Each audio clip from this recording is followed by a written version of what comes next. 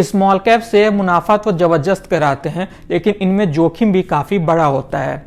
अगर आप small cap शेयरों में निवेश की सोच रहे हैं तो आपको कुछ बातों का ध्यान रखना चाहिए। यह इसलिए भी जरूरी है क्योंकि 2023 में इन शेयरों ने भारी मुनाफा कराया था। इनफैक्ट पिछले साल बाजार में सबसे अधिक पैसा स्मॉल कैप शेयरों ने ही बनाया। ऐसे में अब काफ़ी संख्या में नए निवेशक इन शेयरों की ओर आकर्षित हो रहे हैं। हालांकि अधिक रिटर्न की लालच कई बार लोगों को अंधा भी कर देती है। यहाँ हम आपको 7 कॉमन मिस्टेक्स बता रहे हैं जिन्हें आपको स्मॉल कैप में निवेश करते समय जरूर ध्यान रखना चाहिए। तो आइए वीडियो शुरू करते हैं। नमस्कार, मैं हूं विक्रांत और आप देख रहे हैं मनी कंट्रोल हिंदी। पहली मिस्टेक है कि स्टॉक में गलत समय में एंट्री करने और जल्दबाजी में बाहर निकलने से बचें। अगर आप हेरा फेरी फिल्म की तरह ऐसे स्टॉक्स का सपना देखते हैं जो बस 21 दिन में आपका पैसा डबल कर दे, तो आप एक बहुत बड़ी गलती कर रहे हैं। ऐसे सपना देखना आपको भारी घाटा करा सकता है। स्मॉल कैप में निवेश के लिए मार्केट एक्सपर्ट आमतौर पे 3 स्टेप का फॉर्मूला फॉलो करते हैं। पहला, सही समय पे एंट्री करना। दूसरा, स्टॉक्स को बढ़ने का पर्याप्त मौका देना। और तीसरा, सीजनल उतार चढ़ाव से बचने के लिए अपने रिस्क को मैनेज करना। सही समय पे एंट्री का मतलब है कि जब स्टॉक का भाव ऊंचा हो उस वक्त इसे नहीं खरीदें, बल्कि इसके सही वैल्यूएशन पे आने का इंतजार करें।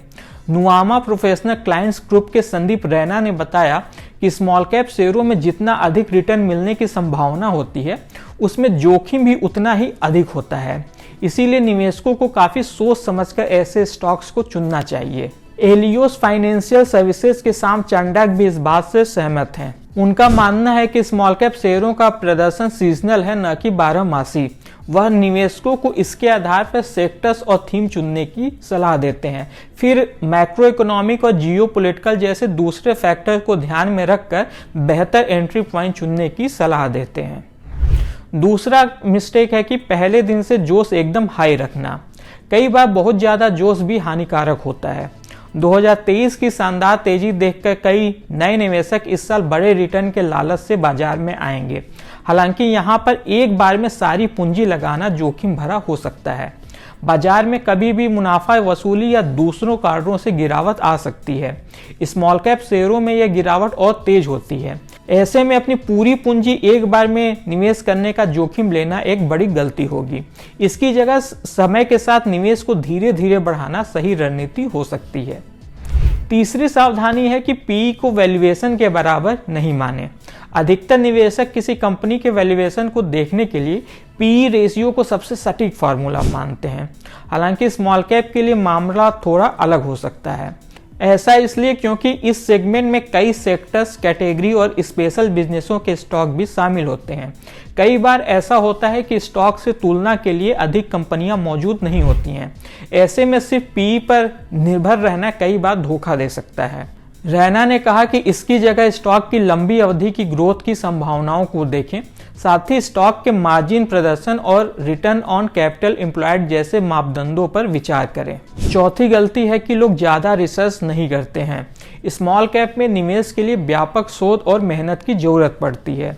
इस सेगमेंट की कंपनियां कई बार बहुत छोटे और नीश सेगमेंट में कारोबार करती हैं। ऐसे में कंपनी की वित्तीय स्थिति, उसके लक्ष्य और ग्रोथ की संभावनाओं को समझने के लिए काफ़ी परिश्रम करना पड़ता है। अधिकतर बड़े ब्रोकरेज फर्म इन स्टॉक को कवर नहीं करते हैं, इसलिए निवेशकों को ये सारी मेहनत खुद ही करनी पड़ती है। शाम चंडाक ने कहा कि निवेश करने से पहले कंपनियों की कम से कम 2 साल की सालाना रिपोर्ट को जरूर पढ़ें। उसके बिजनेस मॉडल, रेवेन्यू के स्रोत, रेवेन्यू पे असर डालने वाले कारकों की जानकारी, इसके कॉम्पिटिटर और मैनेजमेंट की टिप्पणियों को लेकर एक पूरी समझ विकसित करना जरूरी है। 5वीं कॉमन मिस्टेक है स्मॉल कैप सेगमेंट में बड़े निवेशकों को नज़रअंदाज करना। हमेशा उन शेयरों पर नज़र रखें जिन्हें बड़े इंस्टीट्यूशनल निवेशक खरीद रहे हैं। शाम चंडाक का कहना है कि बड़े निवेशकों के पास कंपनी की अधिक वित्तीय जानकारियां होती हैं और वे सीधे मैनेजमेंट से भी संपर्क कर सकते हैं। ऐसे में वह रिटेल निवेशकों के मुकाबले ज़्यादा अच्छी तरीके से कंपनी को समझते हैं। अगर किसी स्मॉल कैप कंपनी के शेयर होल्डिंग पैटर्न में कोई भी इंस्टीट्यूशनल निवेशक नहीं दिखाई दे रहा है, तो इसके पीछे जरूर कोई कारण हो सकता है और निवेशकों को ऐसे शेयरों को लेकर सतर्क रहना चाहिए। छठवीं कॉमन मिस्टेक है कि सभी शेयरों को एक तराजू में नहीं तोलना चाहिए। लार्ज कैप के मुकाबले स्मॉल कैप कंपनियों का कारोबार ज़्यादा अधिक सेगमेंट में फैला हुआ होता है। इसका मतलब है कि किसी एक कंपनी के वैल्यूएशन का आधार जरूरी नहीं है कि दूसरी कंपनी पर भी फिट हो। रैना उन शेयरों से बचने का भी सुझाव देते हैं जो बहुत ही जटिल या नीश सेगमेंट में कारोबार कर रही हैं। ऐसा इसलिए क्योंकि ऐसे मामलों में उन कंपनियों के बिजनेस मॉडल को समझना आम निवेशकों के लिए मुश्किल हो जाता है। सातवीं और आखिरी सावधानी है कि कम फ्री फ्लोट वाले शेयरों से दूर रहें। फ्री फ्लोट का मतलब है कि किसी कंपनी के कितने शेयर खरीदने और बेचने के लिए बाजार में उपलब्ध हैं। अगर किसी शेयर का फ्री फ्लोट कम है तो यह एक जाल हो सकता है जिसमें फंसने की बजाय आपको दूर रहना चाहिए। अनुभवी फंड मैनेजर पंकज टिब्रेवाल बताते हैं कि जब फ्री फ्लोट कम होता है तो शेयर बहुत कम निवेशकों के हाथ में होते हैं। बड़े निवेशकों के लिए ऐसी स्थिति में शेयरों की कीमत को ऊपर लेकर जाना आसान होता है और शेयर ऊपर जाता देख कई बार छोटे निवेशक इन्हें खरीदकर फंस जाते हैं। इसके अलावा कम फ्री फ्लोट के चलते स्टॉक से बाहर निकलने की संभावना भी सीमित हो जाती है। इस खास वीडियो में बस इतना ही। आपको यह वीडियो कैसा लगा हमें कमेंट कर जरूर बताइएगा। बिजनेस और स्टॉक मार्केट से जुड़ी ऐसी ही खबरों के लिए आप हमारी मनी कंट्रोल हिंदी की वेबसाइट को विजिट कर सकते हैं। इसके अलावा आप हमें यूट्यूब, फेसबुक, इंस्टाग्राम और एक्स यानी कि ट्विटर पर भी फॉलो कर सकते हैं। Thank you.